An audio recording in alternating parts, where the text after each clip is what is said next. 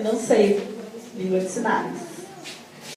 Preciso de intérprete aqui comigo.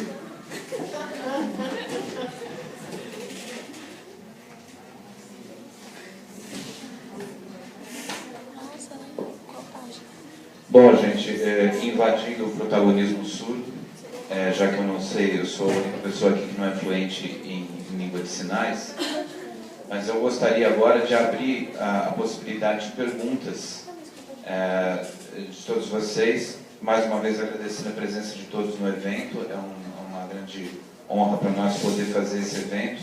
Agradecer ao Elias, agradecer ao Leandro, agradecer a Lúcia, agradecer a Thaís pela participação. Acho que é muito importante para nós.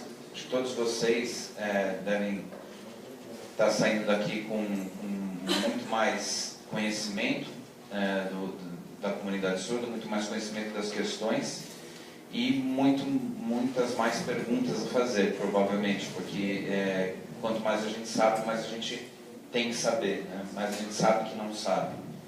Então, eu queria abrir agora a possibilidade de perguntas. Eu gostaria que as pessoas que fizessem perguntas pudessem vir aqui na frente, né, para usar o microfone. A gente até pode estender o microfone até aí, mas a gente está com uma certa dificuldade. Então seria interessante que ela pudesse vir aqui na frente, até porque o intérprete já está posicionado também, né? E aí os palestrantes vão poder acompanhar o intérprete e as outras pessoas vão poder acompanhar a pergunta, e se tiver eventualmente algum surdo na plateia, vai poder acompanhar as duas coisas. Tudo bem? Quem gostaria de fazer perguntas? Tem que ser um por vez. Se for mais de um por vez, a gente não consegue. Então, só esqueci de dizer isso também. Talvez muitos dos convidados nem saibam, porque ficou com uma surpresa para o final. Nós vamos fazer um sarau. Então ali está a parte preparada para o sarau. Depois das perguntas, todos aqueles que quiserem apresentar poemas, quiserem apresentar interpretações, quiserem fazer falas, quiserem utilizar o microfone, sejam surdos ouvintes, estaremos lá. Temos os tradutores e intérpretes justamente para ajudar a gente com isso. Então, os surdos podem apresentar e os ouvintes também podem apresentar o que quiserem no nosso sarau. Se tiverem música no celular para colocar ali e fazer uma interpretação, se quiserem apresentar um poema e o intérprete traduzir para a gente, fiquem à vontade, ok? Mas essa é a segunda parte, ainda a gente não terminou a primeira. Então eu queria saber quem tem perguntas. Você tem perguntas? Pode vir.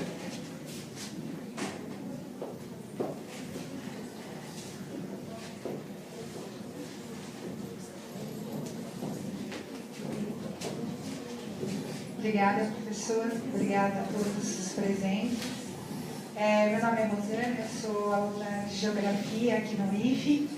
E eu gostaria de saber da comunidade se de fato a legislação é cumprida no ensino para a comunidade surda, como é feito, porque o Leandro falou sobre inclusão, e é exatamente isso que eu gostaria de saber, a respeito da educação inclusiva. Ela realmente inclui a comunidade surda? É cumprido?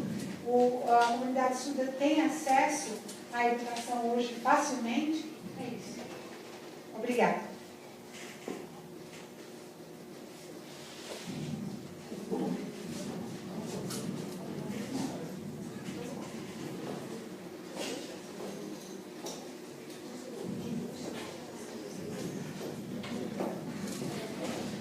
A lei existe.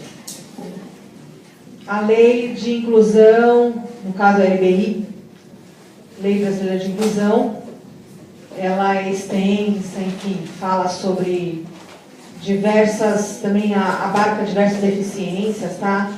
Aí na questão, no tocante dos surdos, tem a defesa da criação das escolas bilíngues. Mas o problema da sociedade é que falta uma fiscalização efetiva para melhorar, porque a gente sabe que as políticas... a gente sabe que tem muito de lei, mas na prática né, elas não saem do papel. Então faltam, de fato, as pessoas lutarem, pessoas de fato comprometidas e parceiras, porque assim, na Prefeitura de São Paulo, já pensou em fechar as escolas bilíngues, tá? Isso já... E está funcionando, ela existe, por que fechar? Então, muita gente acha que não funciona, acha que não rola, porque não está lá, não está vendo o que está acontecendo. Então, a questão das escolas bilíngues municipais, de fato, é cara para o governo, é cara para o município. São muitas salas e não tem assim vagas, faltam pessoas que querem entrar lá. Mas assim, tem uma política que funciona de fato para surdos. Se o surdo vai numa escola inclusiva, por exemplo, ele vai conseguir aprender, mas ele não vai ter aquele contato com o surdo, com pessoas surdas. E, por exemplo, eu já fui aluno de um colégio, primeiro, segundo e terceiro ano do ensino médio, escola particular. Mas eu era o único surdo na sala. E eu lia, eu entendia, eu falava, mas não foi suficiente para mim? Não foi suficiente para mim. Porque tinha lá matéria, tinha debate na sala de aula sobre um assunto que eu conhecia bem. Eu queria falar, eu queria participar, eu queria me expor, eu queria protagonizar, mas as pessoas falavam aquele blá blá blá blá blá, eu perdi aquelas informações, eu não participava, eu não conseguia acompanhar. Eu não era protagonista naquele momento. Eu não conseguia não tinha intérprete na escola. Mesmo se tivesse intérprete, acho que não ia adiantar muito, porque o intérprete ele faz o trabalho dele. Imagina interpretar aquele debate, aquela confusão toda na sala. Então, assim, não resolve. É uma dificuldade muitas vezes. E as escolas bilíngues, elas funcionam. Surdos, eles têm às vezes as dificuldades, estão pareados linguisticamente. Claro, tem os diferentes níveis, mas eles estão numa mesma condição. Então a gente precisa de mais pessoas comprometidas nessa luta, nessa causa, ajudando na fiscalização, ajudando em estratégias. No caso, a LBI, ela defende a criação da CIL, a Central de Intérpretes. E vocês sabem que, que fechou, agora pegou e fechou a CIL. E tinha lá aplicativos, você conseguia usar a língua de sinais. Se meu carro quebrou, eu conseguia chamar o carro. Eu podia entrar em contato com a seguradora, falar, olha, tem um telefone para surdos, mas eu não tinha lá o TDD para poder colocar o telefone para surdos. Como é que eu ia me comunicar com a seguradora? Então, através da CIL, eu conseguia fazer a intermediação da ligação e o seguro chegava, enfim, ajudava a necessidade que eu tinha no carro. Agora não tem mais assim, fechou. Porque o Dória cortou a verba para esse repasse. Então, ele falou que não estava funcionando, mas para a gente estava funcionando, a gente estava utilizando desse serviço. Então, assim, faltam pessoas engajadas por esse nosso protagonismo, né? E pessoas relacionadas com deficiência acabam perdendo muito. Quero complementar essa resposta. Eu trabalho numa escola inclusiva. Eu trabalhei numa escola inclusiva e era um problema muito sério, porque as salas de surdo eram separadas de salas de ouvinte. E na hora do intervalo, eles brincavam, os surdos então iam brincar com os ouvintes. Não, eles ficavam sozinhos. Os ouvintes não queriam brincar com os surdos, porque os surdos pegavam a bola, saíam correndo, e os ouvintes gritavam, me dá a bola. E o surdo não ouvia, e o ouvinte ficava bravo. Então, assim, não tinha uma inclusão, não rolava aquela coisa tranquila. De verdade, a sala dentro, tinha a sala de surdos, mas a inclusão acontecia de verdade? Não acontecia. O surdo lá pedia para comer, pedia lá a merenda para a tia falava, o que você quer? Qual que é o nome disso? A secretária não sabia a língua de sinais, a diretora não sabia a língua de sinais, o professor de muitas salas não sabia a língua de sinais. Então, aconteceu até de um dia, na sala de surdo, ter lá um surdo, e outros todos faltaram, ele ficou sozinho, e aí o professor ouvinte falou, ai, tadinho, vem aqui brincar com a gente, vamos ficar na sala, e foi para a sala de ouvintes. Ficou lá meia hora. O surdo voltou chorando, chorando, chorando, chorando. Ah, ele roubou minha boneca, minha brincadeira. Eu falei, como assim roubou? Não, o professor não sabia se comunicar. O professor... Peraí, é inclusão de verdade isso, gente? Não é. Fala que é, mas não é. Complementando o que já foi falado, lei existe, lei está aí, lei é bonita, no papel, mas é a prática. A lei 10.098, né, de 2000, a primeira lei de acessibilidade, dizia que a inclusão é linda, mas... Peraí, várias acessibilidades, existem vários tipos de acessibilidade. Acessibilidade não é uma coisa só. Acessibilidade, como é que você faz a acessibilidade para o surdo? Colocar um intérprete? Só com o intérprete? Ou para o cego, como é que você faz a acessibilidade para o cego? Materiais em braille? Quantas formas de acessibilidade existe? E isso é um problema muito sério nas escolas. Tá, existe escola inclusiva, mas e a qualidade dessas escolas? E a didática, a metodologia, e o ensino? Como é que acontece? E a formação dos professores? E a educação? E os ouvintes? E a educação em si, e os surdos lá dentro, eles estão perdendo, eles estão sendo muito prejudicados em termos de conteúdo. Os ouvintes são sempre à frente dos surdos, e os surdos estão sempre tentando correr atrás desse prejuízo. É muito complicado o que acontece. E depende também muito do contexto, do momento histórico, né? Então a gente tem hoje a proposta inclusiva, né? O governo, os estados dão as verbas para se fazer inclusão, mas para se fazer toda uma estrutura, né, inclusiva, mas é a consciência das pessoas e o preparo para isso, em termos estruturais também, burocráticos, de todas as formas. Então, assim, a gente ainda não chegou lá. Existem vários problemas. A sociedade confunde muitas formas de inclusão, né? Porque existe a inclusão educacional e a inclusão social. A inclusão social, ok, é super importante, a gente tem relação, comunicação, como eu falei para vocês historicamente, né, das lutas e tal. Então, a inclusão social é ótima, mas existe a inclusão educacional, né? E a gente pensar nas relações, no conhecimento, no ensino. Vocês ouvintes estão aqui, vindo, aprendendo, estão dentro de adentrando na comunidade surda, né, aprendendo como é que as coisas acontecem, muitas vezes aprendendo língua de sinais, vendo o protagonismo surdo, mas dentro das escolas, a inclusão de verdade, ela é muito precária. A gente vê que falta uma série de coisas, né? Infelizmente, a inclusão não é aquilo que se imagina ser. Respondi? Muito obrigada. De nada.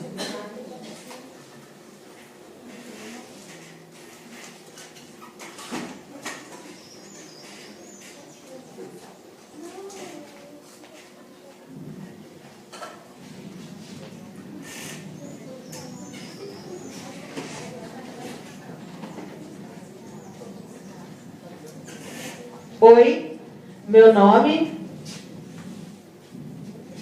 Devagar? Peraí, devagar.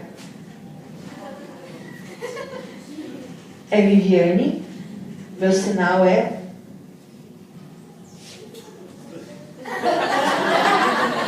Calma.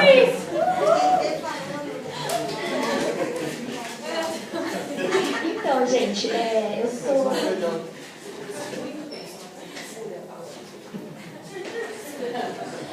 Eu sei pouco ainda, né? Eu estou aprendendo.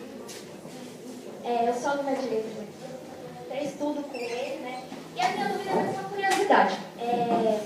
A gente está aprendendo, né? Nas nossas aulas, a gente percebeu que muitas coisas a gente faz, muitos sinais, que a gente fazia antes, mas como a gente não sabia letras, e era o mesmo sinal, por exemplo, caneta. A gente pede caneta emprestada assim e a gente nem sabia que tinha a ver. E eu queria saber como que é essa comunicação com as pessoas que são surdas e com as pessoas que são ouvintes, né? Porque às vezes a gente está conversando com o Elias e a gente que não entende letras, a gente super entende o que ele está fazendo, né? Com gestos. E aconteceu um caso também que uma vez, uma colega nossa, ela foi tentar se comunicar e ela falou um negócio, tipo, um sinal que não tinha nada a ver com o que ela estava falando. E aí a pessoa que estava conversando com ela, que não era ouvinte, ficou tipo assim, tipo, ela estava falando um negócio super absurdo, né? Eu queria saber como que é ser muito difícil, né? Vocês que são surdos, se comunicar, se fazer entender, porque é difícil, né? Acho que principalmente para quem não foi oralizado, eu não sei, eu tenho uma dúvida sobre isso, eu queria.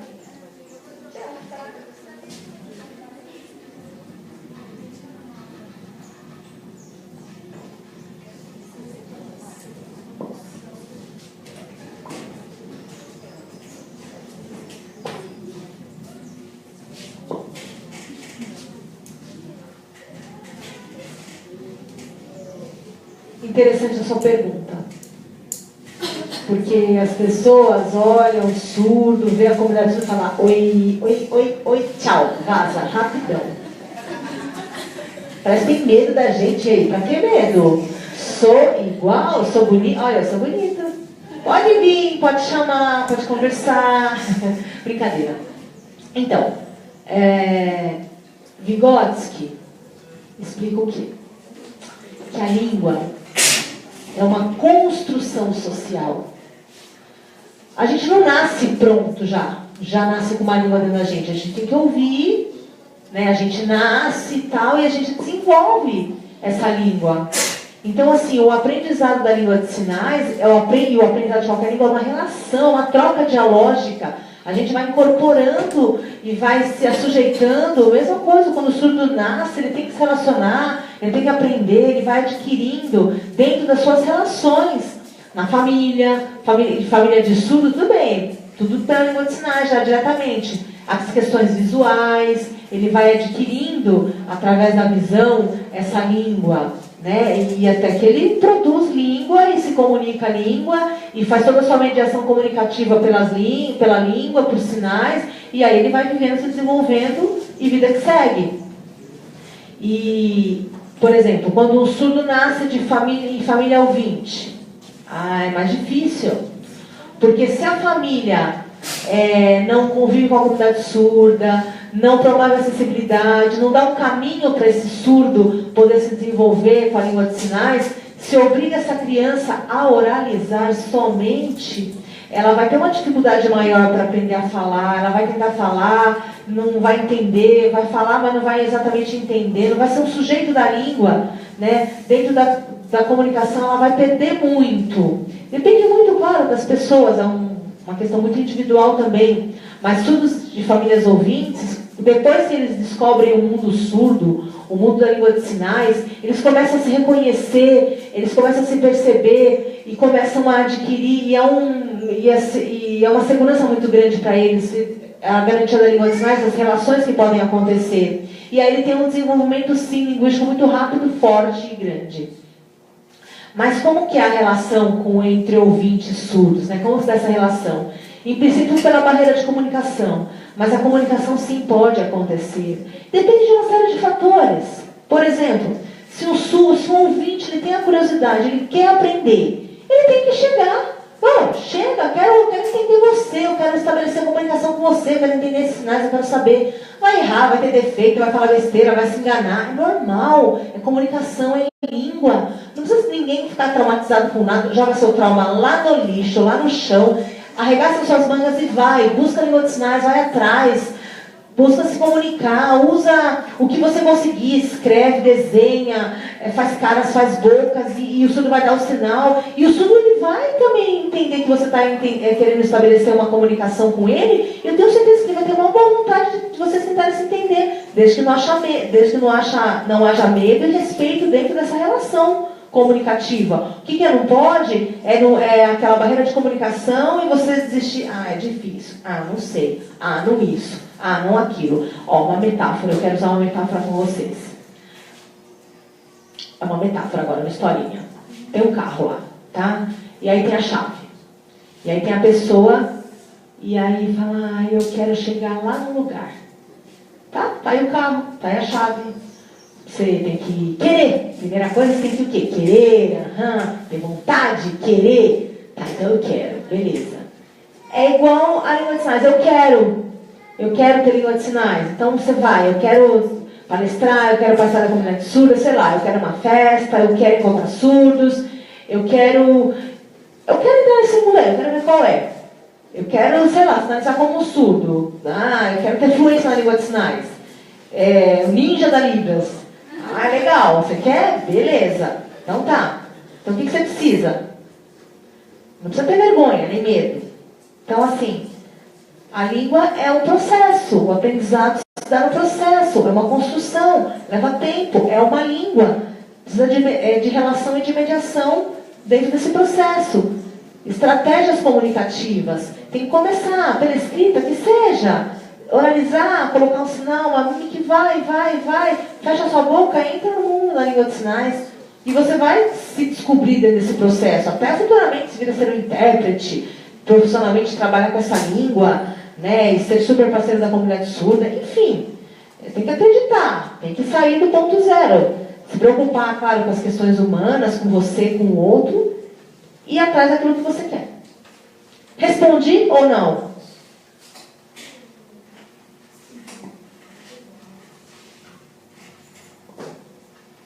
Mais alguém? Peraí que a Thaís quer falar alguma coisa. Pode vir aqui na frente. Só uma dica que eu quero dar para vocês. Porque eu sei que a sociedade ouvinte, quando olha para os surdos sinalizando aquela coisa toda, fala, estão brigando, eles estão brigando. Não, a gente não está brigando. A gente é assim, a gente tem expressões faciais, corporais, a gente se movimenta, porque tem uma questão contextual. Então, assim, eu sei que vocês querem se aproximar, vocês querem acompanhar, mas nós surdos, nós percebemos, sim, que tem os ouvintes, que têm vontade, que querem ter contato, que querem aprender. A gente sabe, a gente saca isso, a gente tem experiência, a gente tem uma vivência, assim. E ouvinte, assim, quando vê surdos, vai lá, oi, só fala assim, tipo, um oi. Oi, só isso. E pergunta, acho que vai perguntar alguma coisa, você é surda e tal. Não, eu sou ouvinte, a gente entende, a gente sabe. Como assim, tenha paciência, acompanhe, a gente vai ensinar, a gente vai ter calma também, né? Porque a gente nunca teve contato, então tudo acontece com calma no primeiro momento. Né? Então vai lá, chama, como que se chama? Toca, oi, se apresenta, é muito simples. Os surdos irão te ajudar também, tá? É só uma dica, não precisa ter medo, de verdade não tenham medo.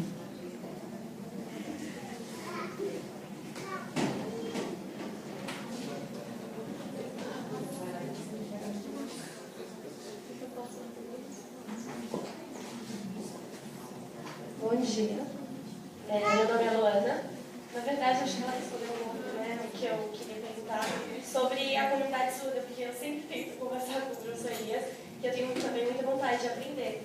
E aí ele fala pra mim da comunidade, do encontro e tal, só que eu fico, nossa, eu vou chegar lá assim, do nada. Como seria essa receptividade da comunidade? Porque eu vou chegar lá, vou prestar o meu nome é Luana, vou ficar com a cara de bobona lá assim no meio de todo mundo, e todo mundo vai ficar olhando pra mim assim, tá, e aí? E aí era mais essa dúvida mesmo. Você precisa se esforçar visualmente para perceber que cada sinal quer dizer, esse é o sinal de casa. Também contextualizar a conversa. Você não pode só ficar vendo sinal por sinal, mas você precisa aprender a visualmente perceber a conversa e contextualizar, mas demanda um esforço. Você não pode chegar e ficar bunda no lugar, mas você precisa ir, ter coragem, né, e acompanhar as conversas, se arriscar. Entendi. Outra questão a gente sabe que a comunidade surda, de certa forma, quer dizer, ainda tem muita coisa na sociedade para melhorar para a comunidade surda. E me interessa muito, porque a questão dos jovens, assim, da cultura, como é que é isso aqui no Brasil? Como é que, por exemplo, a gente é ouvinte, a gente tem o cinema, a gente tem trocentas coisas para fazer. E aí eu fico, não sei se aqui uma preocupação de pensar assim na comunidade mais jovem, essa relação, assim, se vocês poderiam falar um pouco sobre isso. Você falou a respeito da cultura, a respeito da valorização cultural da comunidade surda. Então, tem a valorização da nossa língua, das artes, da literatura.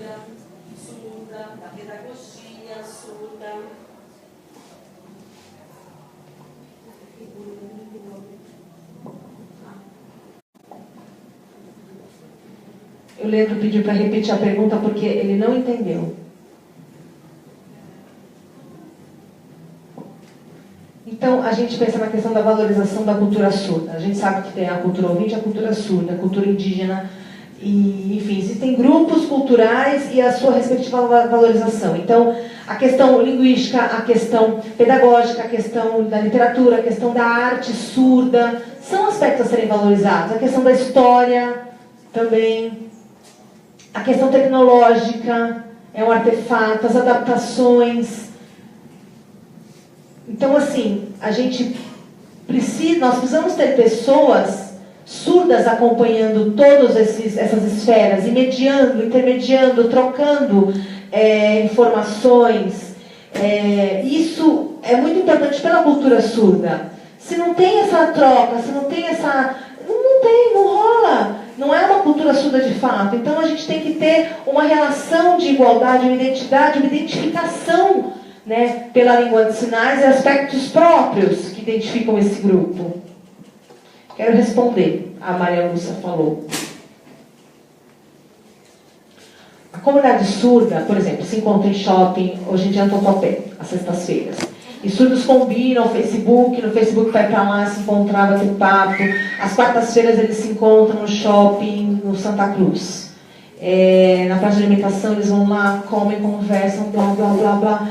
E assim, na escola que eu trabalho, lá na Uilinde, no Unicamp que eu trabalhei, de sexta-feira era vazio. Surdos faltavam pra caramba. Por quê? Sexta-feira eles iam tudo lá no point deles, no shopping Tatuapé, bater papo com surdos. Então, assim, isso é uma relação muito importante. E nesses momentos, nesses espaços, você pode aproveitar e estar presente para se desenvolver. Deixa eu falar uma coisa. Miriam, me interpreta, por favor. Uma coisinha só. Luana, eu vou te dar a primeira pergunta que você fez. Eu vou te dar rapidamente um depoimento. Mês passado completou 22 anos que eu estou na comunidade surda e que sou intérprete. Aniversário meu. E eu comecei em 95. 22. Eu comecei em 95.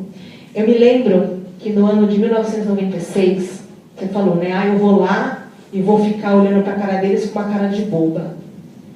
Eu brinco, né? Eu fiquei com cara de boba durante um ano. Porque na época, em 96, o point da sexta-feira era o Shopping Penha. Era o Shopping Penha. Então, toda sexta-feira eu ia lá para o Shopping Penha, onde eu fiz os meus primeiros amigos surdos aqui de São Paulo, e eu ficava com eles. Então, era aquela rodinha, eu ficava realmente igual uma trouxa, uma boba, eles até zoavam comigo, mas depois de alguns anos, quando eu comecei a me desenvolver na língua de sinais, eu pegava quando eles me tiravam, agora eu entendi, eles, agora você entende, agora eu estou entendendo. Então, assim, eu ficava no meio deles, conversando com eles, pegando alguns sinais, e estava lá, eu estava presente, eles viam a minha carinha toda sexta-feira. Aí eu era uma adolescente, a gente depois ia para a fila do MEC, e na fila do MEC, a gente se virava para conversar, e eu estava presente, eu comecei a me fazer presente, nem que no primeiro momento, aquela coisa não rolava assim, aquela super amizade, não conseguia fazer DR com eles, mas eu estava lá. Eu estava com eles na sexta-feira e na próxima, aí você faz amiga surda. Vamos dormir, aquela coisa de adolescente, vem dormir em casa, vamos depois no cinema, vamos lá na igreja, vamos passear. E eu comecei a me fazer presente, comecei a fazer amizade, até que era adolescente, eu comecei a ter amigos surdos. Então, isso se chama imersão linguística e cultural. Você começar a se fazer presente, não só esperar um evento para estar lá. Você estar e conviver com eles no dia a dia. E durante um ano, eu fiz isso.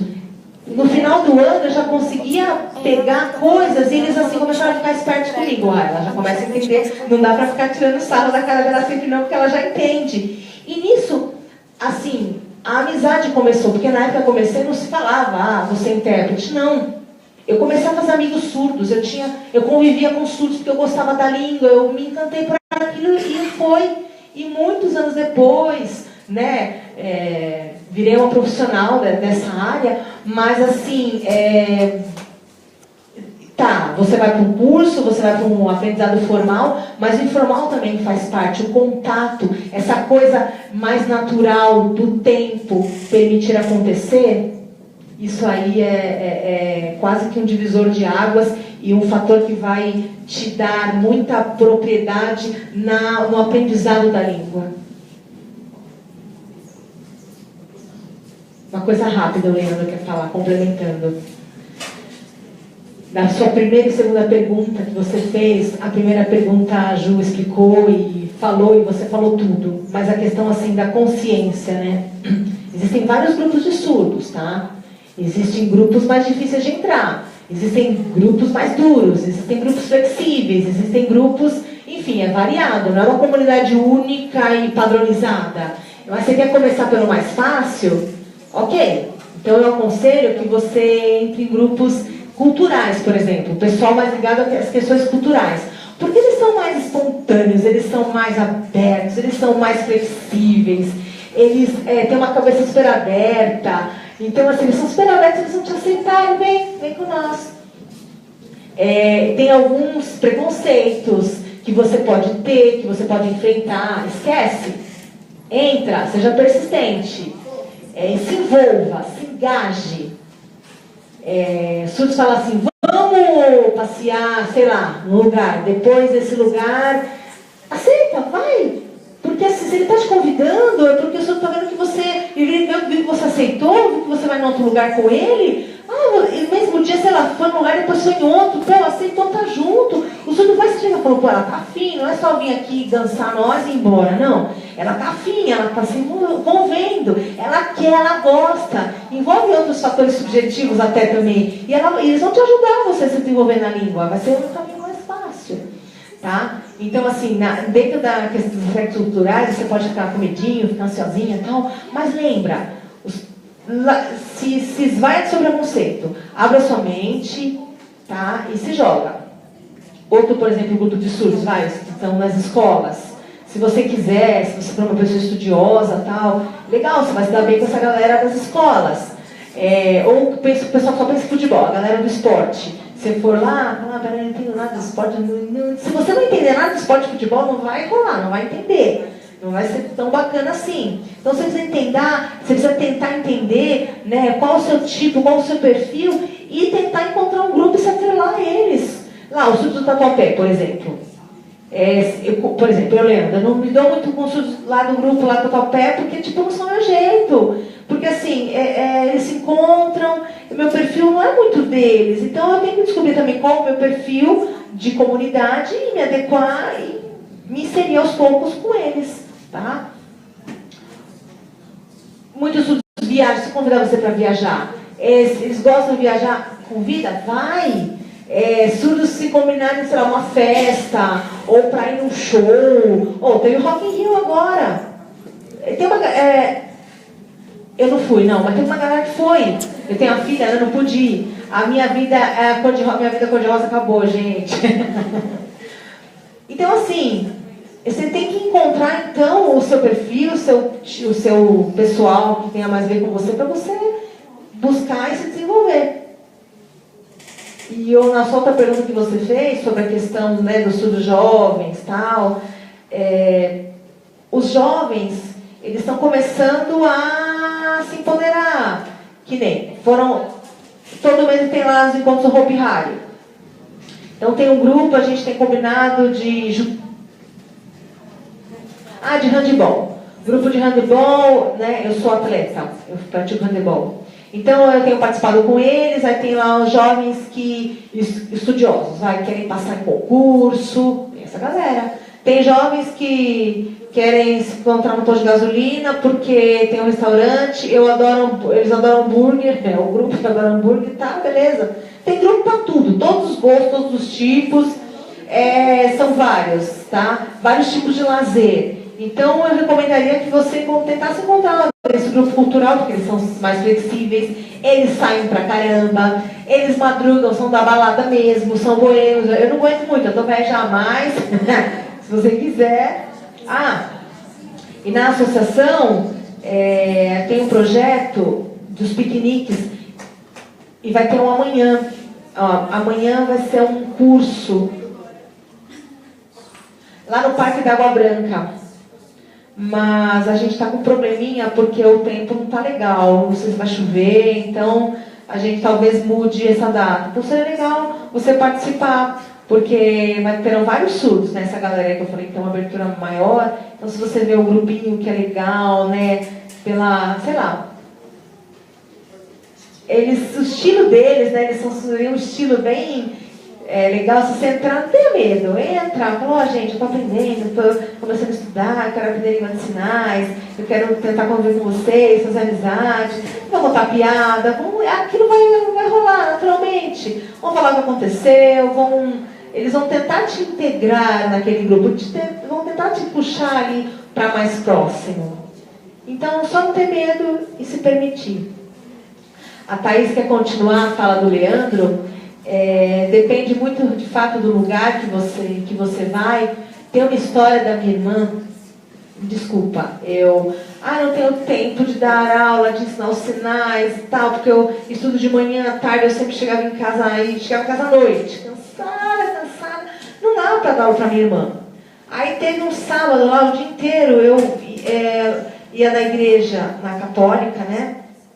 E sempre minha mãe e meu pai me levavam, né, na missa, tinha intérprete lá na missa, né? E tinha lá a fileira dos surdos, minha irmã sempre comigo, tal. Lá na fileira dos ouvintes, tinha intérprete, olhava, copiava tudo aquilo e minha irmã ficava lá vendo, tal. Eu falei, o que é isso? O que é esse sinal? Jesus. Ela pegava um sinal ou outro, esse aí, é Maria. Ela mesma, sozinha, foi pegando, foi linkando, foi contextualizando. Um sinal que ela não sabia, ela me perguntava, foi pegando. Aí, com o tempo passado, eu não ensinei para ela nada. Eu conversava, eu falava, às vezes queria falar um segredo com uma amiga minha. Olha, aconteceu assim, já sei o que é, já entendi. Mas você sabe, por causa do contexto. E eu ficava, ela viu. Aí não dava mais para contar o segredo em Libras, eu tinha que me esconder para poder contar os segredos. Então, assim, é muito da pessoa. E é importante, de fato, você tentar se contextualizar naquela fala e você se acostumar, buscar a sua estratégia também de aprendizado.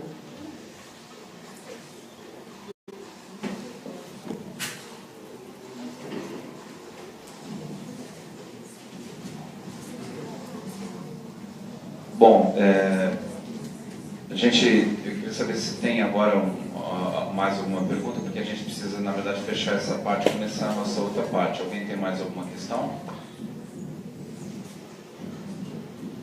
Bom, se não, a gente vai fazer o seguinte, a gente precisa de 10 minutos, só para dar uma organizadinha aqui, para a parte do sarau. A gente ainda tem bastante salgado ali, tem café com açúcar, café sem açúcar, suco só com açúcar.